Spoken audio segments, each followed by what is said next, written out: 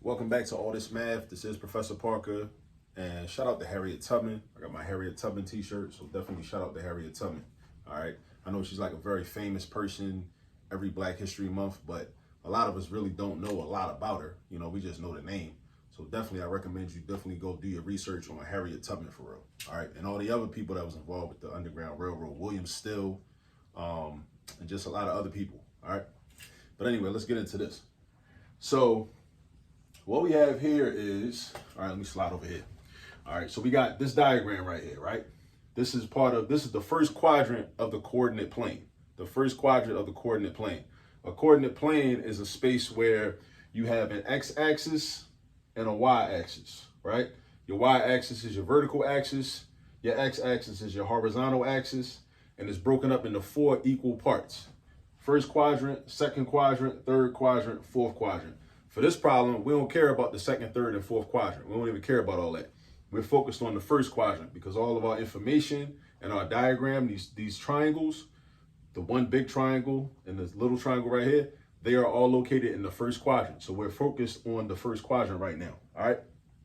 Now, we got a couple of things we need to do. We need to find the length of segment BE, all right? And also the coordinates of point E, right? When you say a capital letter like that, that's representing a point E. So the length of segment BE. So that means the line or the part of the line that goes from point B to point E. That's what segment BE means, right? So let's look for that. This is point A, this is point B, this is point E, this is point D, this is point C. So we need to find this length right here, right here. Let me scratch that up. From here to here, from B to E, B to E, B to E. This question mark right here, I wrote that there because that's to remind me that I'm looking for the length of segment from point B to point E, right? Now, after I do that, I'm gonna find a coordinate of point E. I'm gonna find that later, right? But for now, I'm gonna find the segment BE. Now, the first thing I gotta think of is a strategy. Like, how am I gonna figure that out, right? So I know a little bit about geometry, right? I know there's this thing called the AA similarity postulate, right? AA, like African American, right? This stands in geometry context, it stands for angle similarity postulate. Now, why is that relevant? Why do I care about that? I care about that because that's going to help me set up an equation that's going to enable me to figure out what this is, right? So what the angle similarity postulate does, it tells me that this little triangle is just a smaller version of the big triangle. This little triangle is just a smaller version of the big triangle. Now, I know some of y'all watching this video might just be like, well, I could tell that just from looking at it. I don't need a whole geometry postulate to tell that. Yeah, this looks like it's a smaller version of this big triangle, but you can't just randomly say, oh, because it looked like it's a smaller version, that means it must be a smaller version. No, that's not how math works, right? Math is all based on facts, right? We got to have theories and postulates and rules and laws to back up what we say and what we claim. Now, in math, you can say whatever you want, but the reality is you need to be able to back it up. If you can't back it up, it don't count, right? It's not about your feelings. In math, it's always facts over feelings. Keep that in mind. So you can't just look at this picture and say, oh, well, this triangle looked like it's a smaller version of the big triangle, right? You need to have some rule, some documented rule that basically substantiates that. All right. So angle similarity postulate says this: whenever you got two triangles and those triangles have two congruent angles, congruent means the same measurement, congruent, same measurement, right? Then that means that those two triangles must be similar. Now ask yourself, what are the two angles I'm referring to? Well, in the little triangle, this has a right angle right here. This little box in the corner means a right angle. It means it measures 90 degrees. This little box in this corner means that this also measures 90 degrees. So they got one pair of congruent angles, right? But then, what about this angle right here? I'm gonna use a different color. What about that angle right there? That was supposed to be green. It came out black for some reason. Anyway, so what about that angle right there? They share this angle. The little triangle has this angle and the big triangle got this angle. So that's definitely a congruent angle because it's the same angle. So these two triangles have two congruent pairs of angles. two congruent pairs of angles. And that's where the angle similarity postulate comes in. Now, why does that matter? That matters because that helps us a lot. Because now we know that this little triangle is similar, meaning it's a smaller version, right? When two triangles are similar, that means one triangle is just a smaller version of the other triangle. That means that there's a certain thing called what we call a scale factor, which is a number, which means that either you can multiply all the sides of the small triangle by the same number, and the results you'll get will be the length of the size of the bigger triangle, right? Or reverse. You can multiply all the sides of the bigger triangle by a certain fraction, and it's going to give you what the result is going to give you is the lengths of the sides of the smaller fraction of the smaller triangle. I mean to say, right? So that's what similar triangles are. Similar just means that one triangle is a bigger version than the other, or one triangle is a smaller version of the other. That's all similar triangles mean. It means they're similar to each other, right? Like, like a parent and a child, right? A lot of times you see people and you say, oh, I could tell that's your pop, or I could tell that's your mom. Y'all look just alike. You're just a smaller version of your mom. You're a smaller version of your dad. You know what I'm saying? Like, we see that a lot. The same thing happens with geometric shapes. In this case, with triangles. This triangle is a smaller version of the larger triangle. And we can tell because of the measurements of the sides. And I'm about to break it down. So now we can create an equation based on the fact that these triangles are similar to each other, right? So imagine this is like the big joint, right? And this is like the small joint, right? So, right, big triangle, little triangle, big joint, little joint, right? So if they're similar, and there's something else we got to know about similar triangles. If they're similar, that means that the sides have what's called a proportional relationship, which means that the sides they're bigger than each other by the same amount. They're bigger than each other by the same amount. So that's going to make more sense once I set up the equation. So my equation is going to look like this, right? So check this out. Bigger triangle, little triangle. Bigger triangle, little triangle. So that means that this side is just a bigger version of this side. Again, if this is the bigger triangle and this is the little triangle, that means that this side right here is just a bigger version of this side. So watch this. One of our ratios is going to be DC divided by EB. And then I put an equal sign, right? Bigger side, little side. Bigger side, little side. Then we do the same thing for the bottom. On the bottom, we got bigger side, little side. Bigger side, little side. So we could do CA. And how do I know this is CA? Because that's point C and that's point A. So we call that CA. And then the little side is BA. How do I know that? Because that's point B and that's point A. So this segment goes from point B to point A. So that's BA right there. Now this was DC because it goes from point D to point C, point D to point C, point D to point C. What about EB? From point E to point B. Now, the question says find the length of segment BE. But if you know something about segments, then you know that EB and BE are the same thing. EB and BE are the same thing. All right? So now, this is our proportion. When we got a ratio equal to another ratio, that's called a proportion. Now what we got to do is go back and fill in all the numbers that we know. All right? So watch this. I'm going to say 10 over X equals, and I'm explaining in a minute. I'm going to just write everything down first, then I'm going to go back and explain it. All right? So 10 over X is equal to, let me see, 8 over, let me see, it must be a 4. So that should be a comma. My fault. 4 minus 0. Oh, what am I doing? All right, so look, I got 10 over X equal to 8 over 4. Now, you need to know where I got those numbers from and where I got this X from. So I'm about to tell you. Dig this. DC is 10. EB is X. CA is 8. BA is 4.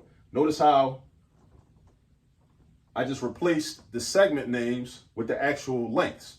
Now, how did I know that DC was 10? Watch this. DC goes from point D to point C, right? This is vertical. This is vertical, right? So this is the length from this point to that point. You got to understand coordinates on the coordinate plane. So on the coordinate plane, you got x value. Every point has an x value and a y value, an x value and a y value. The x values tell you how far you move horizontally. Horizontally, that's the x values. The y values tell you how far you move vertically, up and down, vertically, up and down. So from point B to point C, that's vertical. That's vertical. So the second number in the coordinates is your y value.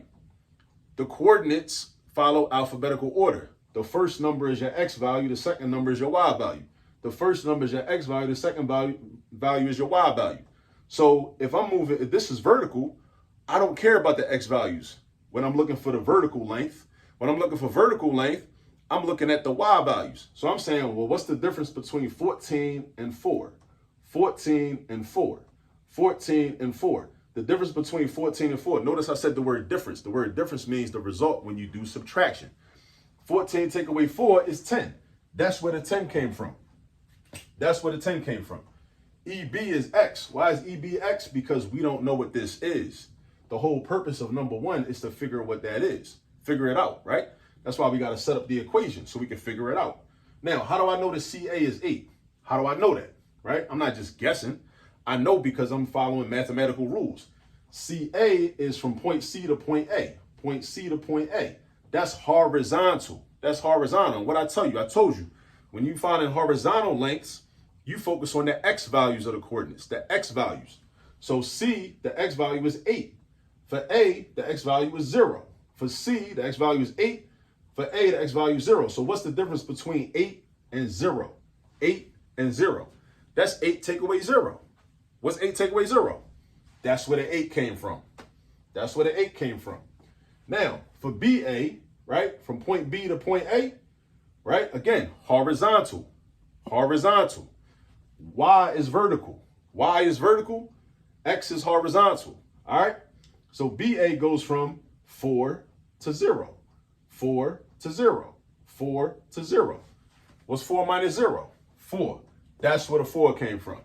So that's where all those numbers came from. So when you do a problem like this, you're going to have to do the same thing. Remember, horizontal lengths deal with the x value. Vertical lengths deal with the y value. Horizontal lengths deal with the x value. Vertical lengths deal with the y value. And every point got an x and a y value. An x and a y value, at least. When we're dealing with two-dimensional, we're not getting into 3D and all that. When you get into 3D, you're going to have a z value, which is a three-dimensional. We're not dealing with all that. We're just doing x and y, x and y, x and y. That's it. Now, our goal now is to do some algebra to solve for x. Now, how do you do that? I like to call this the Malcolm X method.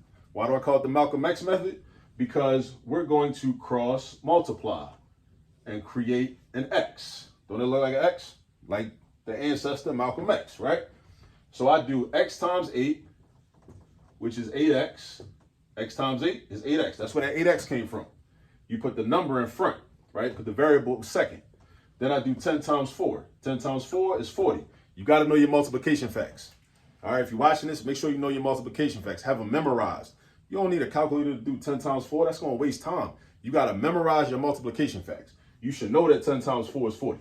All right, now we got 8x equals 40. The purpose of doing the Malcolm X method is so that we can eliminate the fractions and make the equation simpler. We want to eliminate the fractions and make the equation simpler. Now, I got 8x is equal to 40. I'm trying to isolate x and get rid of 8. Isolate x and get rid of 8. How do I do that? I do division. Now, how do I know to divide? Because when I want to get rid of something, whenever I'm doing algebra, I need to do the opposite operation of the thing I'm trying to get rid of is already doing. 8x means 8 times x. That's multiplication. So I got to do the opposite of multiplication, which is division. So 8 divided by 8.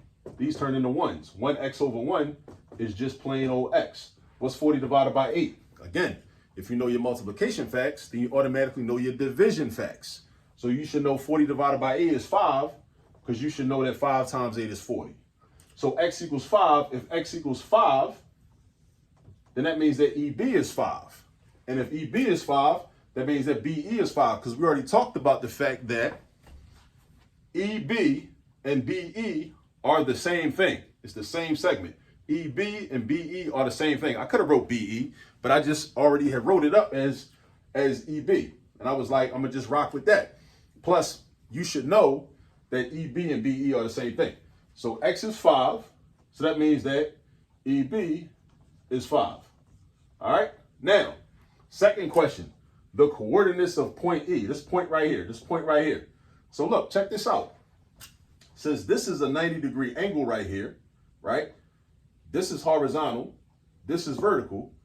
That means that this point, this X value, has the same X value as this up here. This point has the same X value as point E. So I already know what my X is. My X is 4. I already know. My X is 4. It's got to. And how do I know that? Again, I'm going to say it again. Because this is a 90-degree angle. 90-degree angles are like capital L's. They're like capital L's. That's what they look like when you write them down.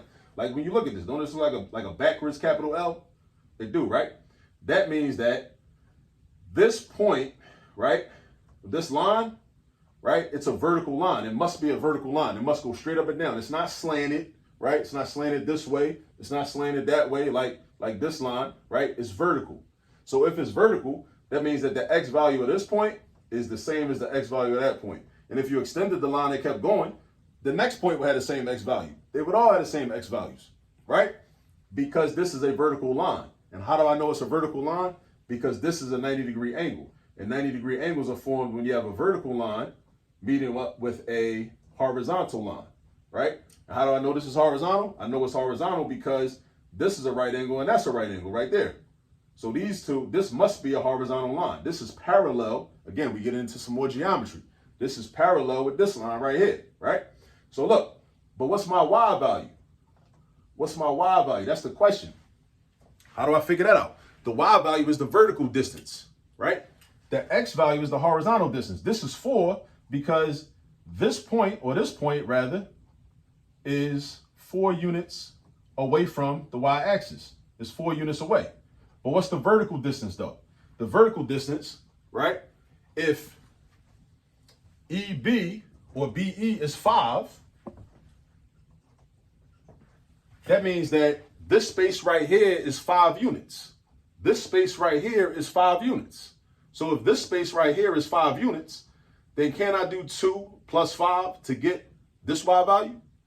Think about it.